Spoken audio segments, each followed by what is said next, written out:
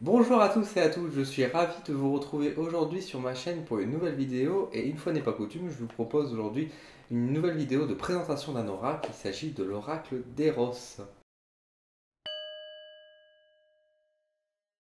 Alors comme je vous ai dit, nous allons présenter aujourd'hui le jeu l'oracle d'Eros, donc de Géraldine Bindi et de Cyr Blondin, aux éditions Le Souffle d'Or. Donc voilà, c'est un jeu d'oracle composé donc de, de ses cartes et de son livret qui est assez imposant pour la modique somme de 27 euros, donc aux éditions Souffle d'Or.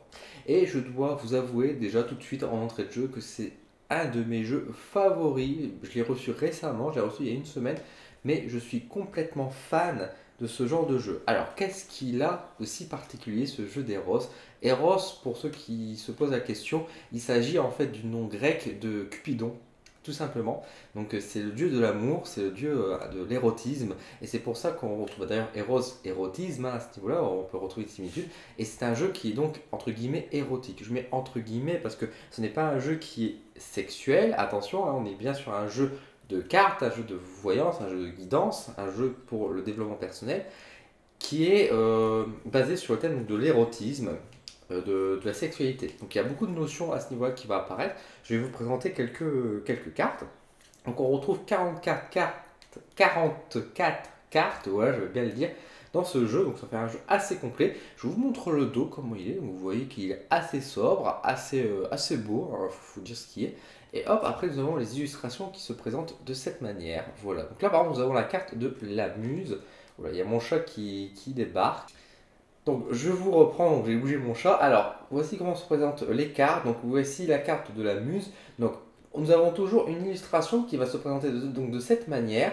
Une illustration, donc c'est-à-dire qui est sur un dessin en fait comme une sorte d'ébauche que je trouve avant peinture comme ça. Je trouve ça très très joli, très sobre, très bien. Ça me rappelle un peu beaucoup un peu les patrons de peinture qu'on a dans les peintures de la Renaissance. Vous voyez, quand on retrouve un peu les ébauches, on retrouve un peu ce caractère-là. J'aime beaucoup. Je trouve ça à la fois sobre et élégant.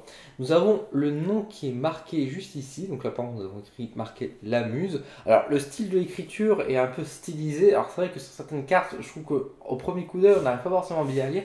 Après, bon, elles sont lisibles, attention, hein, je dis, disons pas le contraire, mais c'est vrai que au premier coup d'œil, parfois, sur certains mots, on bloque un petit peu si on n'y prête pas attention, on va dire. C'est une petite critique, mais voilà, c'est pas bien méchant, ça reste très lisible. Et voilà, donc vous voyez, la carte elle est comme ça. Vous voyez par rapport à ma main, donc c'est quand même déjà des belles cartes, de belle taille, hein, tout simplement. La carte aussi, c'est une carte souple et à la fois rigide, donc c'est quand même une carte assez solide. Pas de bordure dorée, mais ce n'est pas bien grave. Ça ne bloque pas sur le niveau du jeu. Je vais vous montrer donc. C'est mon chat, désolé. Je vais vous montrer d'autres cartes. Donc vous voyez par exemple ici, il y a le rocker. Alors voilà, comme je vous disais que c'est des cartes aussi qui sont donc assez sexualisées. Nous avons ici la carte de l'acrobate.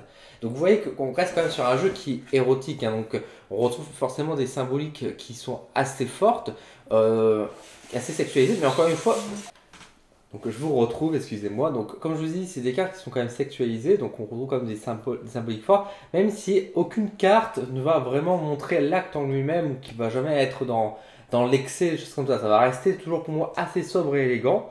Ça va montrer, ça va sûr que par rapport à un autre jeu, ça va être un peu plus, peut-être on va dire choquant, entre guillemets, mais moi je trouve que c'est très bien, c'est à la fois imagé tout en restant assez sobre et artistique, donc je trouve ça très très bien.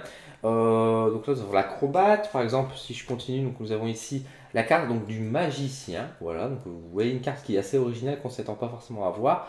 Nous avons la carte du masochiste, donc voilà, la dominatrice, par exemple. Je ne vais pas vous montrer toutes les cartes, nous avons l'obsédé, voilà, une carte qui est assez forte aussi, l'obsédé, chose qu'on n'a pas forcément envie de voir. La carte de la reine, hop, l'insatisfaite, voilà, nous avons le guerrier. Donc vous voyez que c'est pas toujours des femmes, il y a aussi des hommes qui sont représentés dans ce jeu. D'ailleurs, je pense que j'ai pas fait trop attention, mais je crois que les hommes ont une bordure bleue, tandis que les femmes sont plutôt dans une bordure rouge, rose, dans ces tons-là, on va dire. La féline, voilà, l'éthérée. Et on va se terminer avec la maîtresse. Regardez-moi ça comme elle est belle. J'aime beaucoup la carte de la maîtresse. Très jolie. Enfin voilà, c'est un jeu qui est assez franchement, qui est vraiment beau, qui est assez stylisé et qui est surtout très fort et très puissant. Je dis très fort et très puissant parce que quand je l'ai eu, je l'ai senti déjà qu'il vibrait énormément. Les symboliques sont très très fortes. Et en plus de ça, le jeu, je l'ai pu l'utiliser tout de suite. Disons que j'ai pas eu besoin forcément un temps d'adaptation avec ce jeu pour pouvoir l'utiliser dans mon tirage ou quoi. Il m'a tout de suite appelé et j'ai fait déjà de très bons tirages avec. Et enfin, il a déjà aidé des gens. Il m'a aidé personnellement, mais il a aidé aussi des gens. Donc je trouve ça déjà très très bien. Et c'est le but dans un jeu d'oracle, c'est bien sûr d'aider la personne et d'avoir des messages de conseil. Alors, comme je dis, ça va bien sûr baser d'abord sur la sexualité, donc ça peut débloquer sur la situation sentimentale, la situation sexuelle, on peut y trouver des réponses. Moi, je l'utilise également dans un domaine, on va dire, plus générique, plus général, pour savoir un peu l'idée, par exemple, de la personne, de la personnalité profonde. À l'image de Freud qui rapportait tout au sexe, je pense qu'on peut se référer aussi à ce jeu-là pour comprendre parfois certaines motivations des personnes. Alors, encore une fois, c'est pas parce qu'on tire par exemple la carte du masochiste, donc c'est-à-dire en se disant voilà, c'est quelqu'un qui a des jeux pervers au lit, il ne faut pas s'imaginer forcément ça, mais si on veut l'utiliser dans un domaine plus général, on peut se dire actuellement cette personne, elle souffre, mais elle continue quand même dans cette voie-là parce que, on va pas dire qu'elle aime souffrir, mais en tout cas, elle accepte cette souffrance. Donc vous voyez qu'on peut chercher un peu plus loin dans l'interprétation des cartes. Il faut bien sûr fouiller, il faut s'écouter. Qu'est-ce que je peux vous montrer d'autre comme carte par exemple, typiquement la vampe. Donc là, on pourrait tirer une carte en disant, voilà, c'est une personne voilà, qui aime tirer les regards, etc. Mais on peut trouver aussi une explication en disant, c'est une personne qui doit travailler peut-être sur sa confiance en soi, sur son développement personnel, des choses comme ça. Donc on peut vraiment élargir un peu le message à travers bien sûr la symbolique, etc. Sans forcément sexualiser la chose à travers ce jeu. Quand vous avez parlé dans une vidéo, l'art de la métaphore, je pense que c'est important aussi dans ce jeu-là d'être un peu plus ouvert dans l'expression. En tout cas, c'est un jeu qui peut vraiment aider les personnes. Il y a également le livret qui est dedans, donc c'est un livret qui est assez original parce que vous voyez, il est plutôt en longueur, assez complet, en noir et blanc.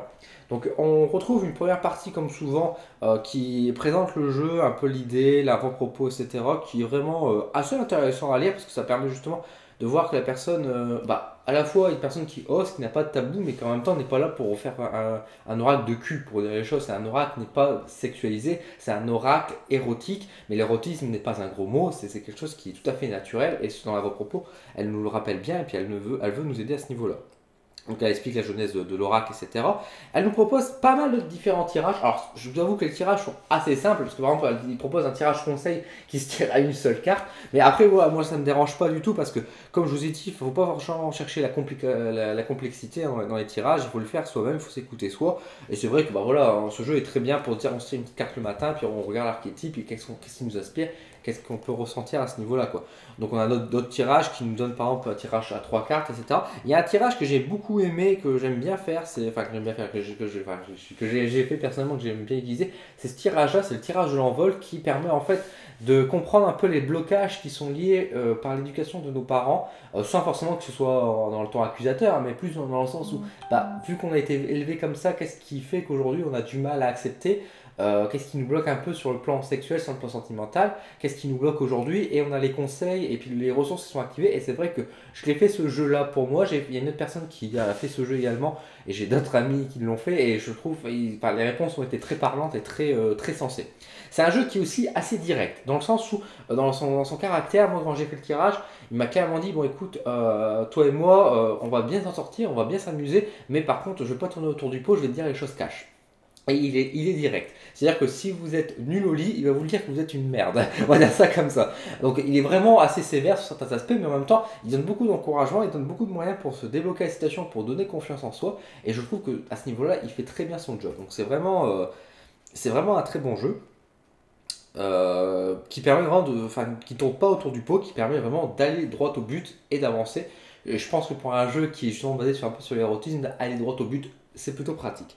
Ensuite, dans la deuxième partie donc, du livret, on retrouve tout le détail des cartes. Alors, on voit que la personne qui a fait ce jeu, ce livret, est intelligente parce qu'elle a mis déjà le détail des cartes avec tout.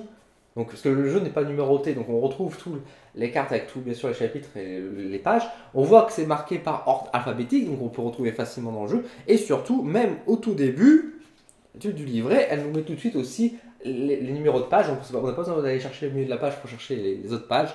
On peut directement ouvrir dès le début, et ça c'est bien.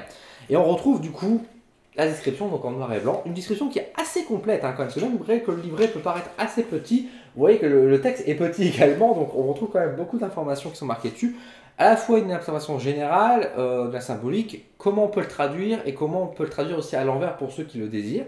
On a toujours une petite phrase, par exemple on a la carte de l'ami, donc ils nous mettent une phrase, une sous-phrase, le roi de la patience, donc qui n'est pas forcément marqué sur la carte, mais qui est un ajout, avec des notions clés, hein, dévouement, attention, sacrifice, insatisfait, bonté, humilité, enfin bref, il a plusieurs mots pour nous aider, et une proposition, ici tu prenais ton temps. Donc moi je trouve que c'est très bien fait dans ce sens-là, parce que ça veut dire qu'on n'est pas forcément obligé de tout lire, si on n'est pas forcément, on est un peu plus, on va dire, on pratique plus régulièrement les cartes, on n'a pas forcément envie de tout lire, on n'a pas forcément besoin de tout lire non plus, mais parfois on peut voilà, on peut se poser la question sur une certaine carte, on a peut-être une hésitation, et justement en ouvrant le livre, on peut juste lire la proposition, et si tu prenais ton temps, ça va assez directement à la question, sur la réflexion sur soi, et, bah, et c'est très très bien, et ça permet d'évoluer.